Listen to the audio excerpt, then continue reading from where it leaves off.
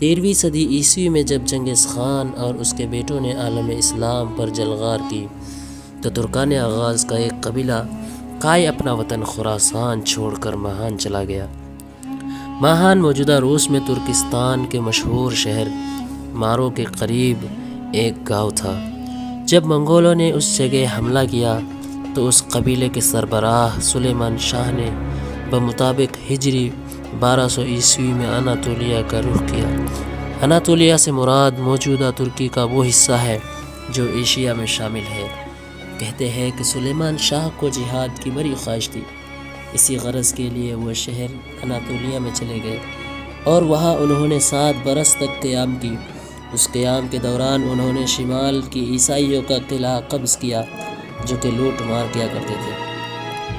انہوں نے شمال کے بازنطینی یعنی رومی حکومت سے ٹکر لی، جس کا مرکز ٹرابزون یعنی کہ موجودہ ترکی کے ایک اہم بندرگاہ تھا۔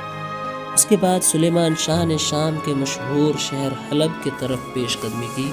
اس پر کچھ مورخین لکھتے ہیں کہ سلیمان شاہ حلب کے جانب اس لیے گئے تھے کیونکہ ایک تو ایران میں منگولوں کی واپسی شروع ہو گئی تھی، دوسری یہ کہ سلیمان شاہ آخری صلیبی جنگ میں شرکت کرنے کے لیے بیت المقدس جا رہے تھے۔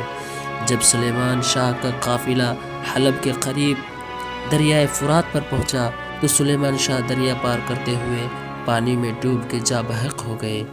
سلیمان شاہ کی وفات کے بعد ان کا بیٹا ارطغرل غازی اپنے بھائی سنبرتکین کے ساتھ قبیلے کے 340 گھرانوں کے ساتھ اناطولیہ کی جانب روانہ ہوا۔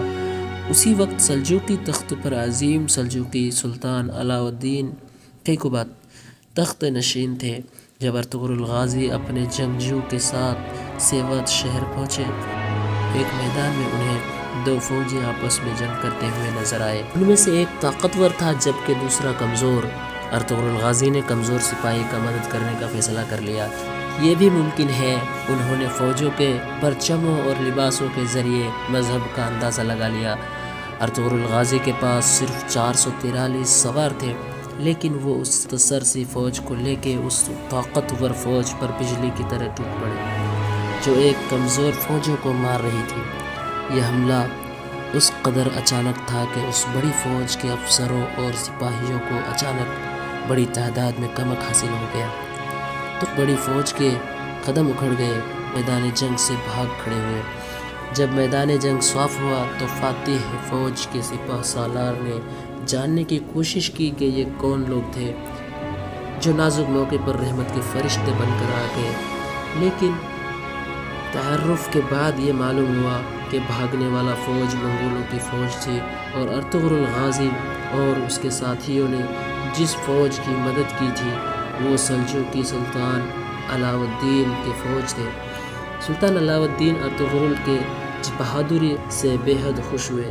انہوں نے ارطغرل کو انعام کے طور پر رومیوں کے نزدیک سوگوت کا علاقہ عطا کیا۔ یہ سرزمین یہ کوئی وسیع علاقہ نہ تھا، لیکن بازنطینی یعنی کہ رومی سلطنت کے سرحد کے قریب واقع ہونے کی وجہ سے اس کی بڑی اہمیت تھی۔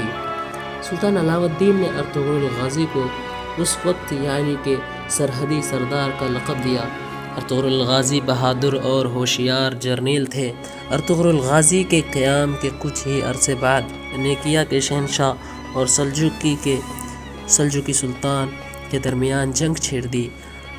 علاء الدین اپنے فوجوں کے ساتھ سرحد کی جانب روانہ ہو گئے، جس کے بعد ارطغرل غازی نے بھی اپنے فوجوں کے ایک جماعت تیار کی اور سلطان کے مدد کے لیے روانہ ہو گئے۔ جلد سلجوقی سپاہیوں نے عیسائیوں کے ایک قلعے کراجہ حصار کا محاصرہ کر لیا۔ اس محاصرہ کے دوران قائے کے سپاہیوں نے سلجوقیوں کی بہت مدد کی۔ ارطغرل غازی ہی کی مدد سے سلجوقی نے یہ قلعہ فتح کیا۔ کراجہ حصار کے فتح کے بعد سلطان علاء الدین نے ارطغرل غازی کی بہت تعریف کی۔ ارطغرل غازی جب سرحد پر رومیوں کے ساتھ جنگ میں مصروف تھے تو انہوں نے اس دوران اپنے نوجوان بیٹے عثمان غازی کو سلطان علاء الدین کے خدمت میں پونیا بھیجا۔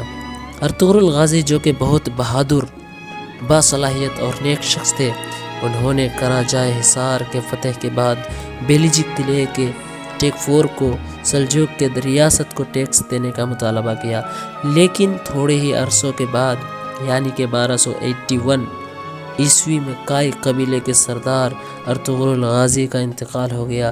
ارطغرل غازی کے انتقال کے بعد لوگوں نے سعود شہر میں ارطغرل غازی کے اولاد میں سے عثمان غازی کو کائی قبیلے کا نیا سردار منتخب کر لیا، کیونکہ وہ ارطغرل غازی کے بعد عثمان غازی کو ہی کائی سردار ہو کے دیکھنا چاہتے تھے، اور عثمان غازی نے اپنے بازو کے زور سے عثمانی خلیفہ کو پورے دنیا میں پھیلا دیے۔